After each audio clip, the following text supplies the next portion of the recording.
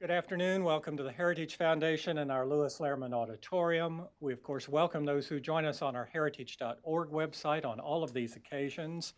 For those here in-house, we would ask that courtesy to see that our mobile devices have been silenced or turned off. And of course, those watching online are reminded you're welcome to send questions or comments at any time, simply emailing speaker@heritage.org. Many here today know our lecturer as an adjunct professor of politics at the Catholic University of America, or from his role as founding director of the Institute on Political Journalism, or as a fellow at the Institute of Politics at Harvard's John F. Kennedy School of Government, or as a distinguished member and past president of the Philadelphia Society, or as the force behind the Victims of Communism Memorial Foundation, or simply as Heritage's distinguished fellow in conservative thought. Having earned renown now as a journalist, professor, historian, philosopher, activist, thinker, and author or editor of some 24 books, and apropos of today's named lecture and special subject, Dr. Edwards is the closest Heritage has been able to come to having its own Russell Kirk among us.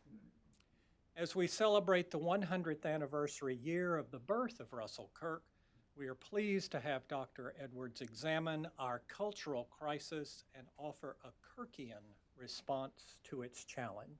Dr. Edwards.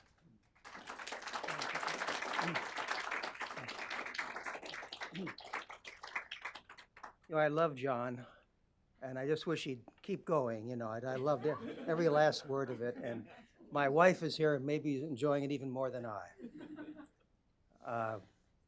I usually begin my lectures at Catholic University by saying something like, "Good afternoon, ladies and gentlemen. It's a beautiful day in Washington and a great day to be alive." And that's true, and I'm still going to say it and have said it. But at the same time, we have to be honest and take a look around. And there's no denying that we're in the middle of a grave cultural crisis. And one despairing conservative critic wrote, "We are on the road to cultural disaster."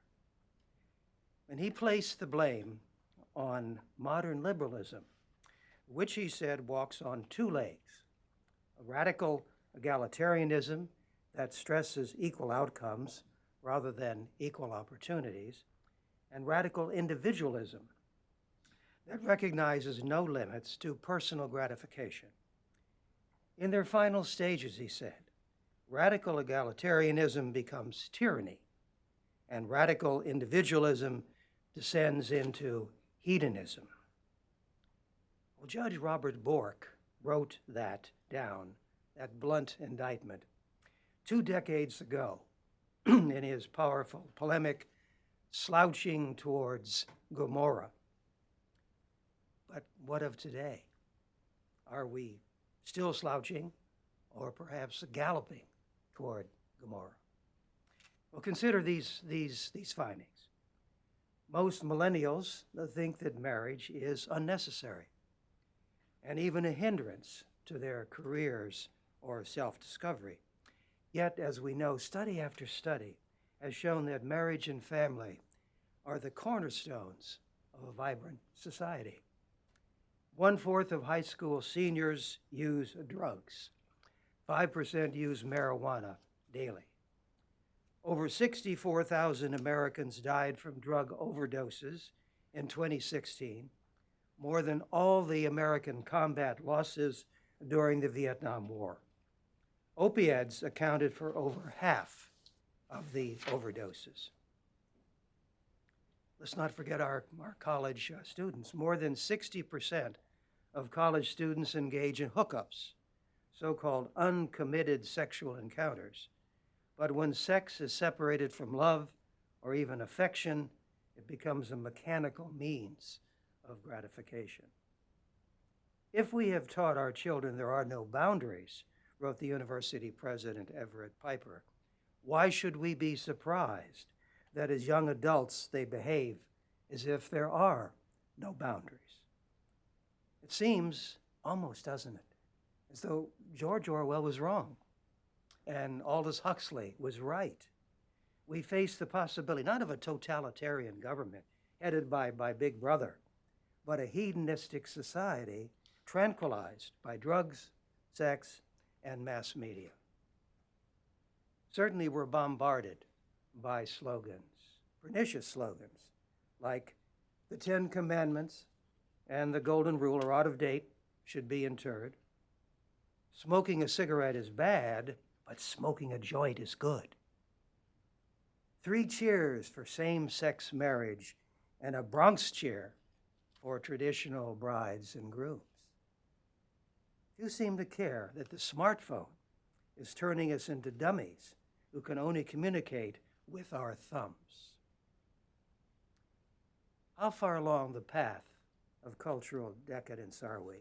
Well, we can turn to a noted scholar and wit, Mr. Secord Parkinson, and he describes 6 stages of decadence and mark them. First, political over-centralization, as in Babylon, Rome, Peking, Paris, and London. Second, inordinate growth in taxation that becomes the means of government interference in every corner of society. Third, the growth of a top-heavy system of administration that leads to a giant political and administrative machine. Fourth, promotion of the wrong people, i.e. bureaucrats. You can smile and laugh there if you like. Fifth, the urge to overspend, which over the decades creates a vast debt that is placed on the shoulders of future generations, particularly all of you young people here this afternoon. Sixth, the encouragement of a liberal sentimentality that weakens the minds and the wills of a significant part of the population. I think we can agree, however reluctantly, that America can plead guilty to all of the above. Is there then no slowing down or even reversing our course? Well, Judge Bork turned to Edmund Burke, who, unlike the libertarian John Stuart Mill, had a true understanding of the nature of men and balanced liberty with restraint and order, which are in truth essential to the preservation of liberty. Well, to help us understand the essential role of Burke, there is, fortunately, Russell Kirk, the preeminent American historian and cultural conservative who argued we will only abandon our present path if we expose the corrupting liberal ideas that brought us here. What are some of those ideas? Well, a militant secularism that places man at the center of existence and asserts that God is dead if he ever existed. A soft socialism that approves government regulation in our lives and every economic and social realm. A legalistic internationalism that insists the nation state is the cause of all conflict. A rabid egalitarianism that promises equal results rather than equal opportunities. An arrogant relativism that argues there is no absolute truth. All points of view are equally valid. And a devotion to radical societal change modeled after the French Revolution and not the American Revolution. Conservatives, Kirk said, must reconcile individualism, which sustained 19th century life at the same time that it starved the soul, with a sense of community. Conservatives must open the eyes of the people to the central concept of politics, that the claims of freedom and the claims of order can be kept in a healthy tension, avoiding extremes. And the political vehicle by which that tension can be maintained and controlled is the U.S. Constitution, with its time-tested checks and balances. Well, in his magisterial work, The Conservative Mind, Kirk proposed conservative alternatives to liberal nostrums, such as the idea of human perfectibility and economic egalitarianism. Instead of secularism, the conservative looks to what? A transcendent order that rules society as well as personal conscience. Instead of socialism, the conservative declares that freedom and private property are inextricably linked. Instead of revolution, the conservative says that society must change, yes, but prudently, lest it lose what it's gained through the ages. And what will result of all of these conservative alternatives are implemented?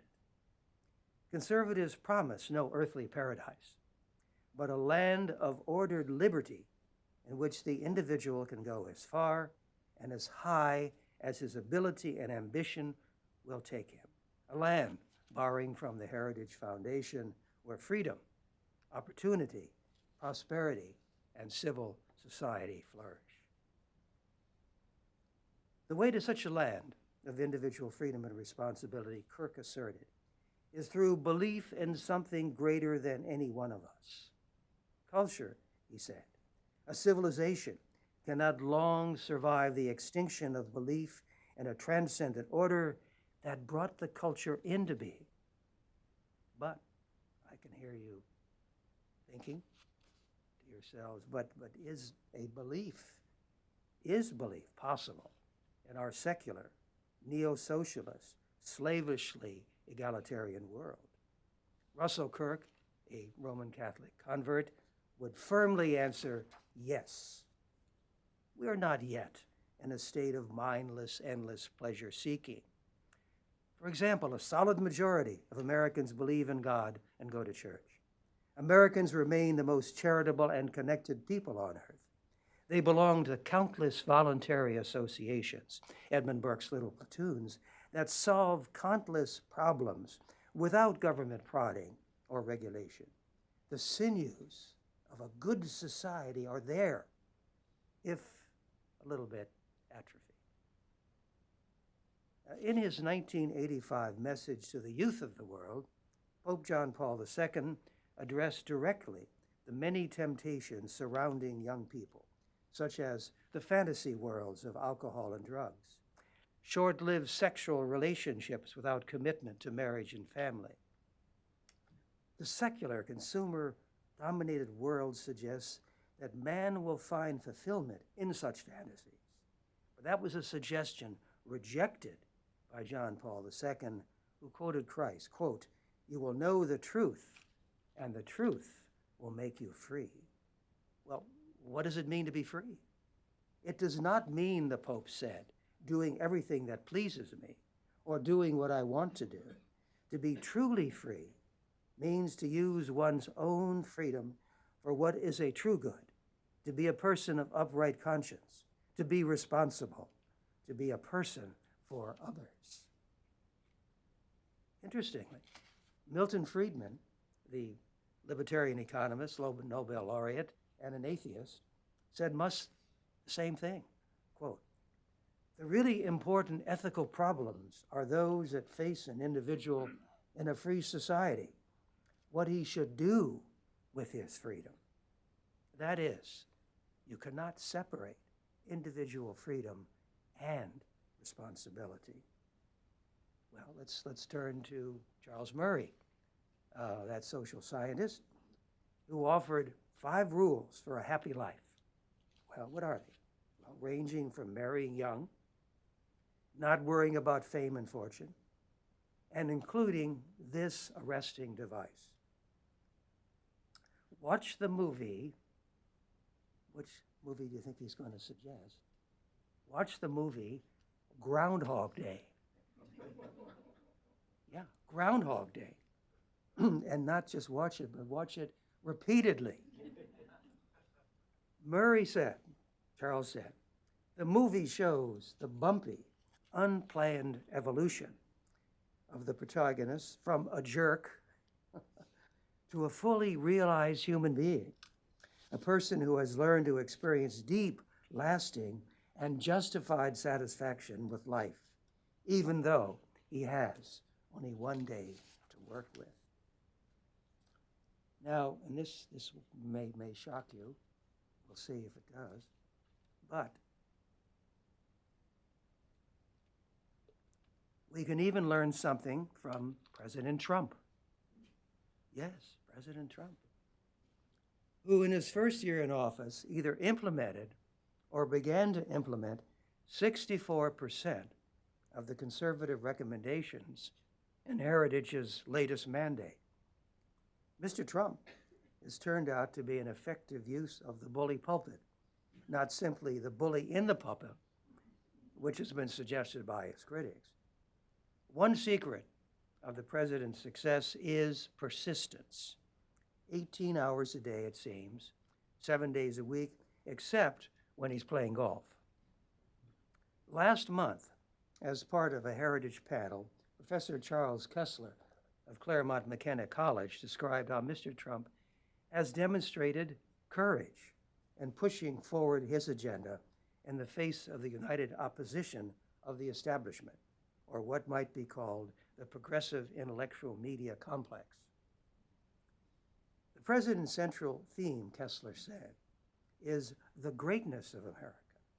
He reminds Americans in nearly every speech that we are a nation of builders who can accomplish almost anything if we put our minds and our bodies to it. And the president's key political goal is to limit the federal government and put the people back in charge. He deliberately divides the country into populist red states and progressive blue states. For all his personal flaws, and Lord knows there are many of them, President Trump is lifting up traditional heartland values in place of elitist coastal values. The billionaire in the tailored Brioni suit turns out to be closer to Joe Sixpack than Bernie Sanders with his wild hair and wilder rhetoric. Well, as we confront this cultural crisis, let's return to Russell Kirk, who in the conservative mind and throughout his life never gave in to despair, and I think this is so important, but practiced a measured optimism. While not denying that progressivism in America was far advanced, Kirk argued that Americans possessed those things that made a conservative alternative to the progressive agenda possible. What are they? According to Russell, the best written constitution in the world, the safest division of powers, the widest diffusion of property, the strongest sense of common interest, the most prosperous economy, an elevated intellectual and moral tradition, a conservative tradition, and a spirit of self-reliance unequaled in modern times. Liberal dominance, he insisted, was not inevitable. Quote, the consolidation of power and uniformity of existence are not irresistible forces beyond the control of will and reason. Men have it in their power to preserve and strengthen voluntary associations, local enterprise, and local and private rights. He laid down, in fact, a philosophical foundation for a conservative social order. First, conservatives need to revive the classical definition of justice. To every man the things which are his due, no less and no more. Kirk believed this should be the animating moral principle of a people. Second, conservatives need to remind Americans to love our country. To paraphrase Barry Goldwater, extremism in the defense of patriotism is no vice. Third, conservatives need to emphasize that the task of the United States, as the greatest of powers, is the preservation of justice and peace.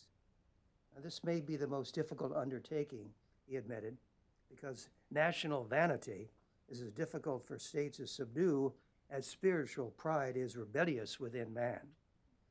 In this present cultural crisis, we need Russell Kirk's idea of ordered liberty more than ever.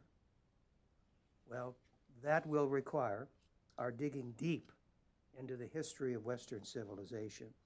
Well, guess what? Russell Kirk has done the work for us. In that wonderful book of his, exemplary book, The Roots of American Order. And he used the imaginative device of 5 cities, of Jerusalem, Athens, Rome, London, and Philadelphia. And he traced American order, American liberty, to a long-standing tradition in American history.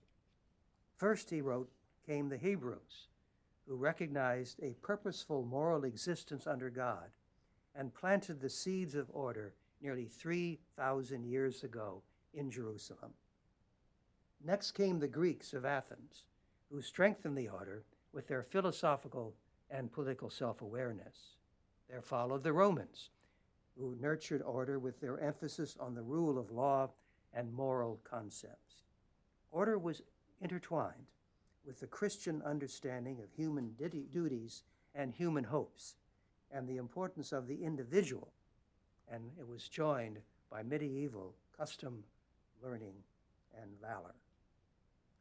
And the roots of order were further enriched by the political experiments in law and liberty and governance in London, the mother of parliaments, and Philadelphia, the birthplace, of course, of the American founding and our founding documents, the Declaration of Independence and the Constitution. Only, I believe, and I think Russell would agree, only the priceless principle of ordered liberty can explain how America has survived, how it survived wars and depressions, massive population shifts, political partnership, the mass media, radical and ethnic tensions, and a virulent counterculture that poisoned the 60s, the 1960s, and whose virus is still active today. In the last chapter of his last book, The Sword of Imagination, Russell Kirk states and asks, is life worth living? Well, he acknowledges that in our chaotic world, many might shrug their shoulders and say, and dismiss such a fundamental question. Contrary, though, to the modern atmosphere of moral ambiguity, Kirk provides a conservative alternative, writing that life ought to be lived with honor, charity, and prudence. In one of the more than 40 lectures that he delivered at Heritage, usually in this very room, Kirk suggested how conservatives, especially young conservatives, might go about such a life. Choose a vocation that will enable you to play a vigorous part in restoring the American public. Take to the law, if you can endure the boredom of the law schools. Take to serious journalism, or for more immediate influence, television and radio. I add here the social media, which is not around when Russell gave his lecture here. Aspire after a college professorship to counteract the ivory tower professors who talk and write only to each other. The best way to rear up a new generation of protectors of the permanent things, Kirk said, is to beget children and to read to them of an evening and teach them what is worthy of praise. As Edmund Burke put it, we learn to love the little platoon we belong to in society. And the little platoon most essential to conserve is the family, followed by the church, the school, and the community. And what do we mean by the permanent things? I spent a lot of time trying to come up with what are the permanent things, really going to this person and that person, or this book and that book. And so I'm going to come up with this, and I think I'm right. But if you want to do some studying yourself, that's okay too. Kirk wrote that throughout his life, he had sought to conserve a patrimony of order, justice, and freedom, a tolerable moral order, and an inheritance of culture based on the ideals of Western civilization. So, the Kirkian response to our cultural crisis is deceptively simple. To offer a conservative culture, resting on the permanent things of order, justice, and freedom, and drawing from such men and women of imagination as T.S. Eliot, Robert Frost, Willa Cather, William F. Buckley Jr., Ralph Ellison, Tom Wolfe, John Dos Passos, Evelyn Waugh, Alexander Solzhenitsyn, J.R. Tolkien, C.S. Lewis, and even the movie director and producer Peter Jackson, who produced that wonderful Tolkien trilogy. Well, I end with the words of Orestes Bronson, the 19th century author and Catholic convert and favorite of Russell Kirk. Mr. Bronson was invited to address the graduating class of Dartmouth College. And this is what he urged the young scholars to. Ask not what your age wants, but what it needs. Not what it will reward, but what, without which it cannot be saved. And that, go and do. Thank you.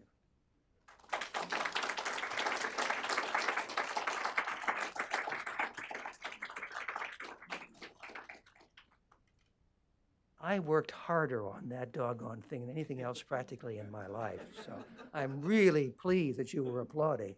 If there'd been silence, I'd say, oh my, I gotta go back and do some more work on it. Q&A. We have a lot of very, very intelligent, scholarly people out there, more so than I.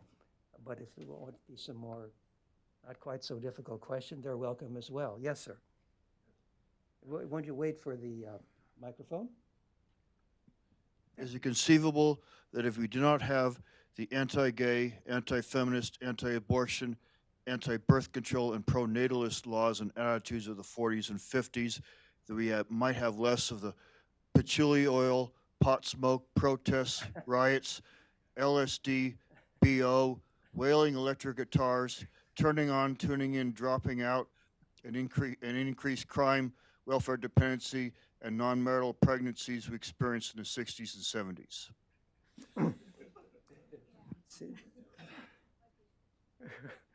How much time do we have? Yes, I mean, those things are all too prevalent in places. But I think Russell's response, not all of it, but part of it would be, yes, we should talk and acknowledge all the bad things which are out there, all of the evil things that are out there, but we can't just be satisfied with that. We're going to have to present a positive image, a positive picture of it. And that's where the idea of talking about justice, about talking with good liberty, about talking about, for example, Russell, a traditionalist conservative, saying, well, you can't have freedom without private property. And offering an alternative to socialism, offering an alternative to the internationalism of the other side. So to me, what is required is a two-track approach. On the one hand, criticizing and undermining the liberal order, which Russell talks about, and on the other hand, building up and talking about the little platoons, talking about family, talking about community, talking about church, talking about, I think, the essentiality of a transcendent being. Yes, sir.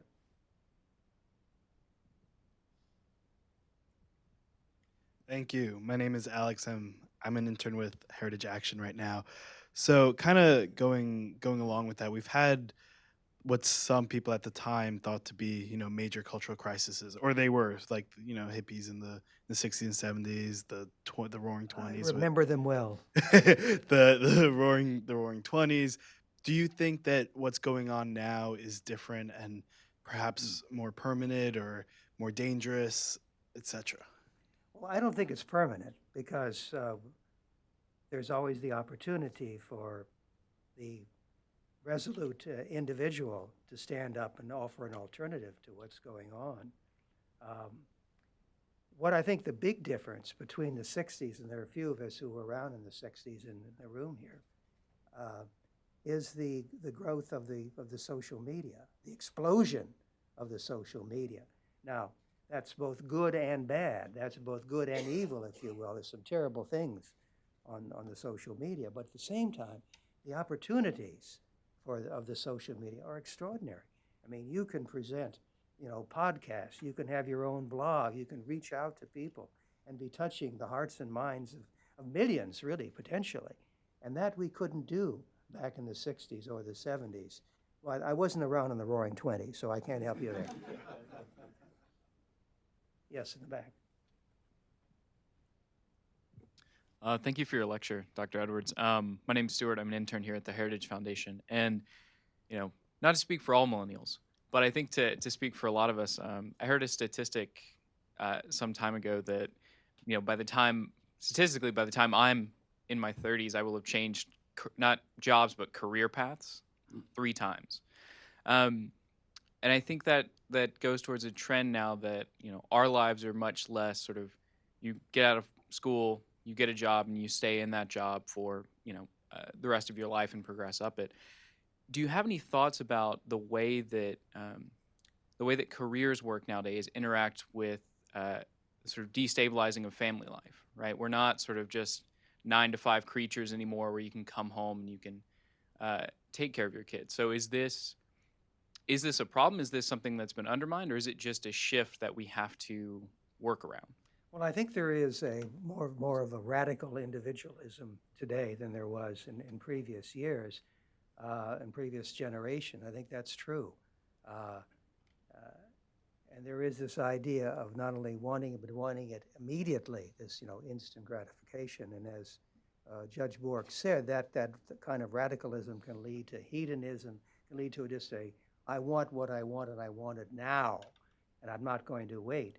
So I think that this is sort of in the atmosphere, the part of the zeitgeist that we form right now.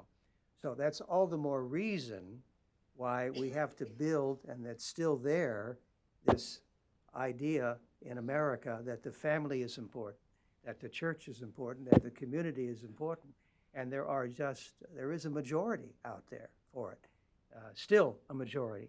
What we have to do is to build up that majority, and the only way that's going to happen is if you young people do it.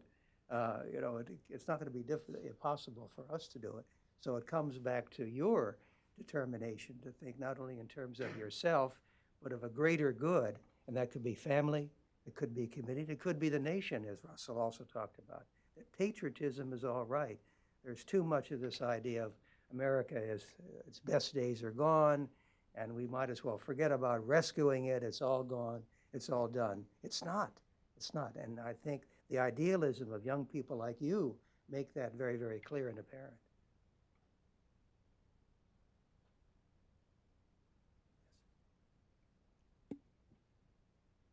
With regard to your contention that the Trump challenges establishment, isn't that the other way that he was or he is establishment with claiming he has $10 billion and how he got to that point, and even himself was telling that he has paid off everybody to get to that point, and more acting even as a president as some self-centered publicity seeking person rather than solving the problem. Isn't that point not quite accurate? Well, I think that's maybe part of the story, but Mr. Trump is a very complex individual, to put it mildly. And to try to sum him up with one idea or one approach, or even to say, well, the real Trump is what he was when he was at 30 or 50 or 60. And I think what we have to do is to deal with Mr. Trump as he is today at the age of 71. And he is doing things right now because he is trying to keep faith. I'm not putting on a political hat, because he's trying to keep faith with the 63 million people who voted for him in 2016. And that's why you can see him talking about we've got to control immigration, build the wall, we've got to build up the military, we've got to be proud about America, be patriots once again. That's why he cut taxes as much as he did, was to keep faith with those people. Now, is that keeping faith with what he was when he was a builder in Queens? No, probably isn't.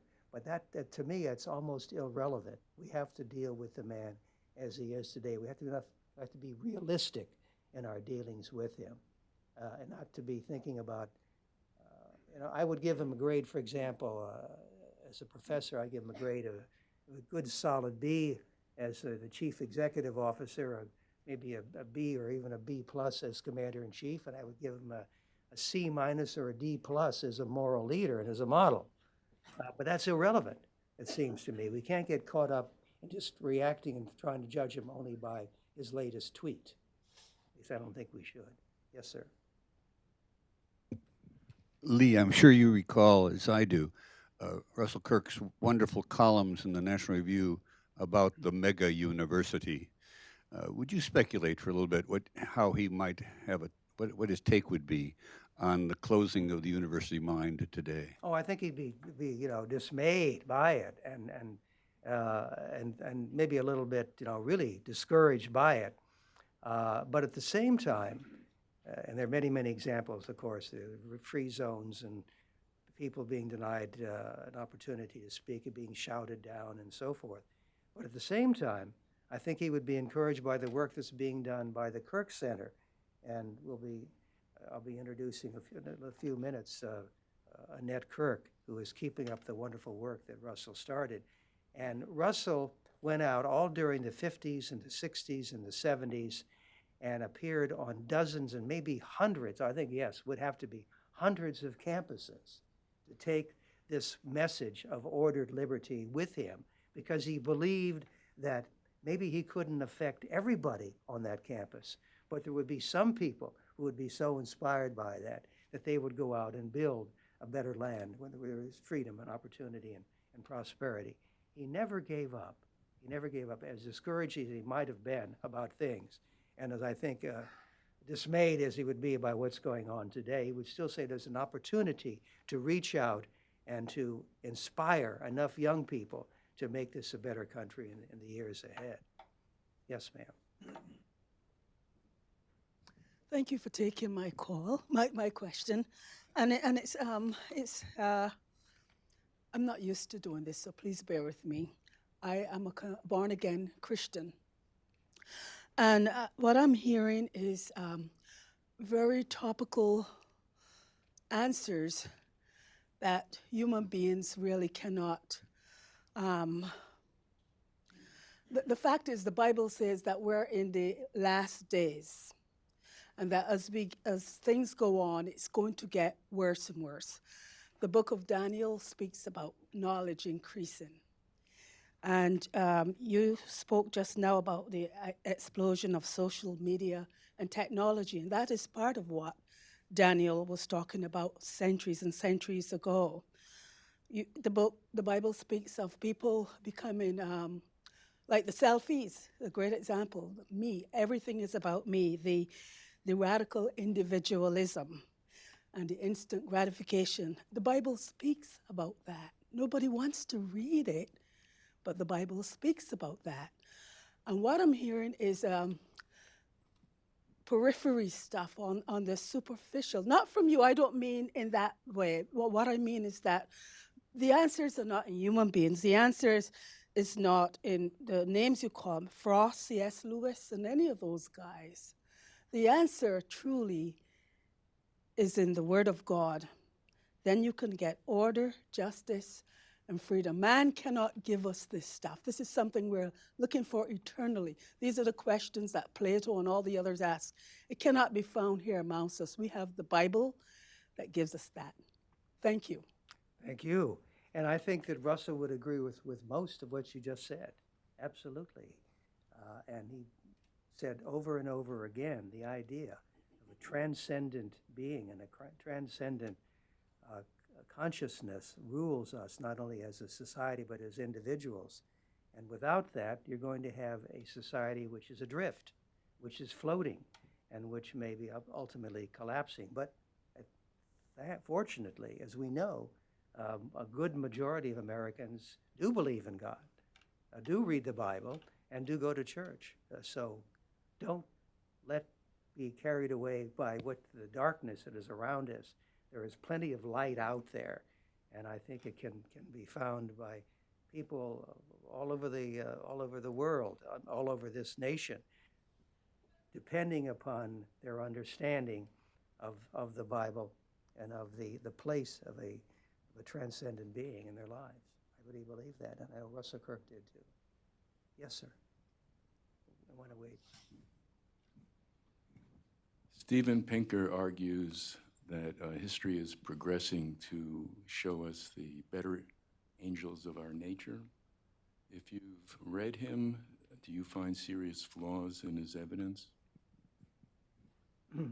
So as I understand it, that is his name Pinker? Is that it? I don't, yeah, yeah. So he's saying that we're getting better and better. Is that what he's saying? That and that in the scope of history. Well, certainly we can point that out economically, can't we? Been studies done by the United Nations in which, whereas most people lived on $1 a day 40, 50 years ago, today it's double, triple, quadruple that, and that so that the economic well-being of most people around the world, I'm not talking about America, but around the world is much improved. So we can say, so the life is getting better and better and better. But at the same time, you look at Europe, which is losing its foundation, which it is in Christianity, that's not a very happy sight. We can look at what's happening here, and we talked about the various problems which confront us here. Increasing government, radical individualism, turning away from the family, turning away from community. So it seems to me that what we have is a mixed bag. I don't know whether Mr. Pinker talks about that or not, but I would return to what Russell Kirk said. He said, look, we have a liberal zeitgeist right now, which is dominant in many, many ways, but it's not the whole story.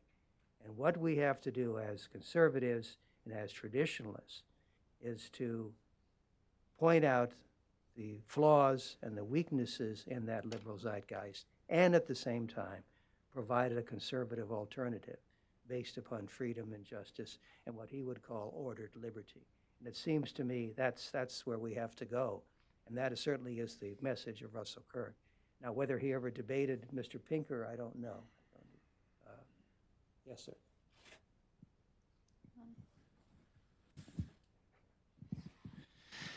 One of the central movements in Dr. Kirk's thought is the idea of the imagination, and specifically the moral imagination. And I'm wondering if you could comment, Dr. Edwards, on if people are responding with the moral imagination to the age of Trump, or how you might see that taking place in conservatism.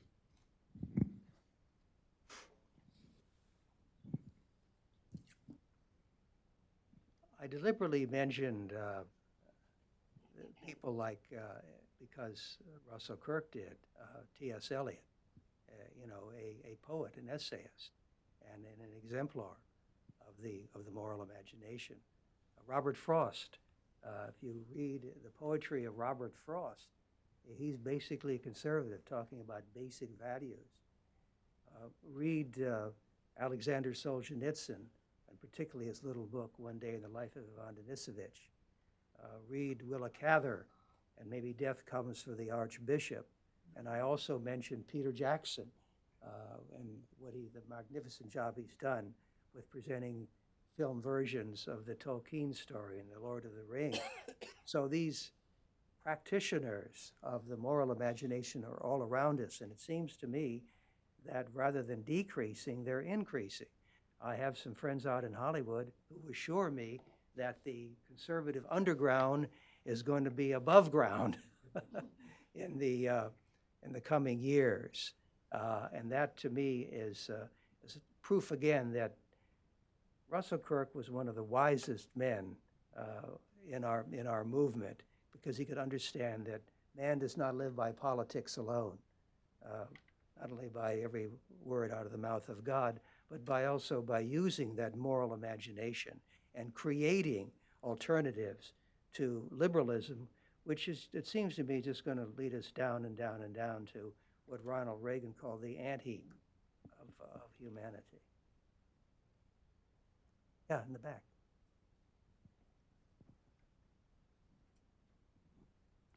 Hi, my name's Kellyanne Leahy. Thank you for your talk, Dr. Edwards. I was a Wilbur Fellow for a year up at the Russell Kirk Center for Cultural Renewal with Annette and her family. And I spent a lot of time in Russell Kirk's library and with the family, really trying to understand, this really, really wonderful individual and his ideas and his legacy. And I'm wondering if you have, either a word or a phrase that you really feel encompasses his spirit, maybe especially for somebody who isn't really familiar with him. And it could be from him or from you. So. Right. Well, in that his last book, The Sword of Imagination, he again returned to this question of, is life worth living? And his answer was yes, based upon what he had tried to do all throughout his entire life.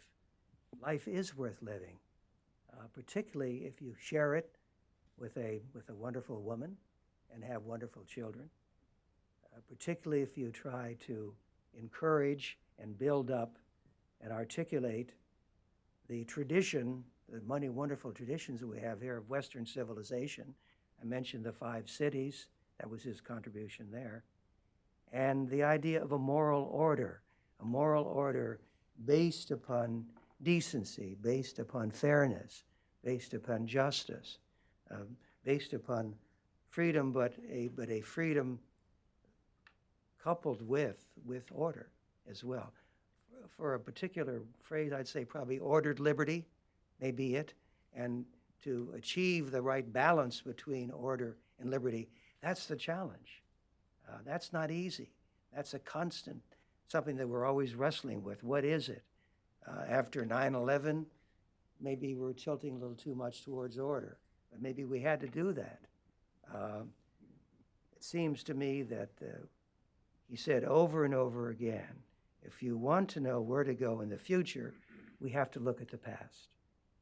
We have to look at what came before us.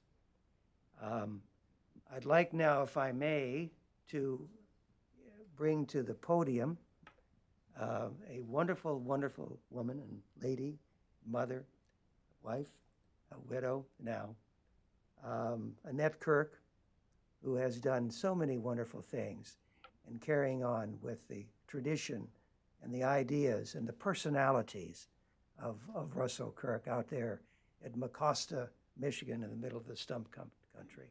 So you please welcome with me Annette Kirk.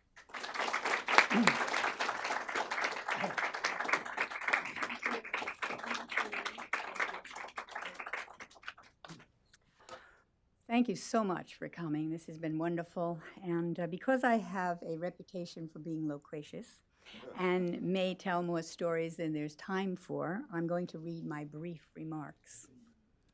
So I'd like to thank you all, many friends, and also the Kirk Center Wilbur Fellows for being here and for taking the time from their very busy day to attend this event. And especially I would like to thank Lee for the wonderful commentary on Russell's contribution to conservatism. It's true that at a Goldwater rally in Madison Square Gardens in 1964 that I told a shocked Lee that I was going to marry Russell. But we actually met earlier in 1960 at the Sharon Conference, and you all might remember that, where there were 95 boys, as we called them in those days, and 5 girls. And I was one of the 5 girls, so naturally I was the secretary for the conference. And so for 60-some years, almost 60 now, 58, that we have shared in the struggles and the successes of the conservative movement. So in his memoir, Just Right, Lee gave readers a behind-the-scene view of those struggles and successes during the last 6 decades. A political tour de force, the book is also a cautionary tale for the rising generation, one of Russell's phrases, the rising generation now entering the political arena today. So it's a very important read, and besides, it's lots of fun. So finally, I would invite you all to come to Mecosta for tea and a tour of Russell's library and to learn a little bit more about the Russell Kirk Center, about which I could speak for some time. I just wanted you to know that one of our latest initiatives has been to have a Kirk on campus. And we recently had a gathering at Hope College in Holland, and at that gathering for Kirk on campus, 600 people showed up. So Russell is making still a contribution and an influence today. And I would like to urge you all to come to Mecosta to see what that's like. And we'd like to invite the young people particularly, and so many of them are here today. Could we have some of the Wilbur Fellows stand up?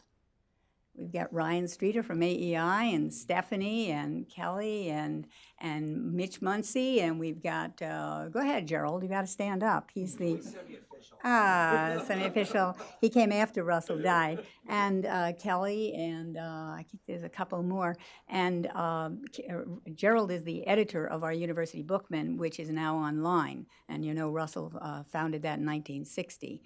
And so it is still going today online, which is the new way that Russell had not seen any of this, these blogs and such. So we thank you very much for coming and appreciate your attention.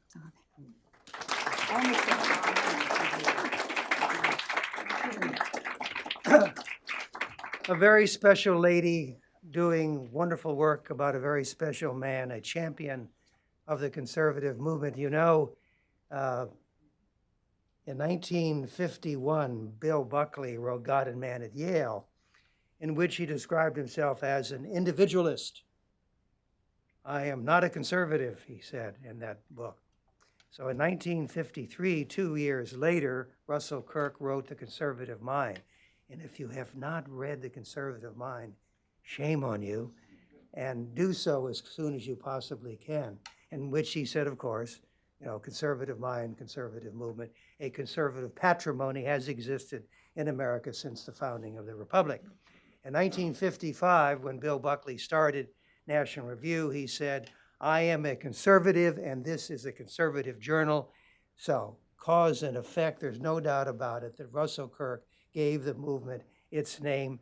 Thank heavens, because I would hate to go around saying I'm with the individualist society and the individual movement. You know, it just wouldn't flow. It would not flow from the lips.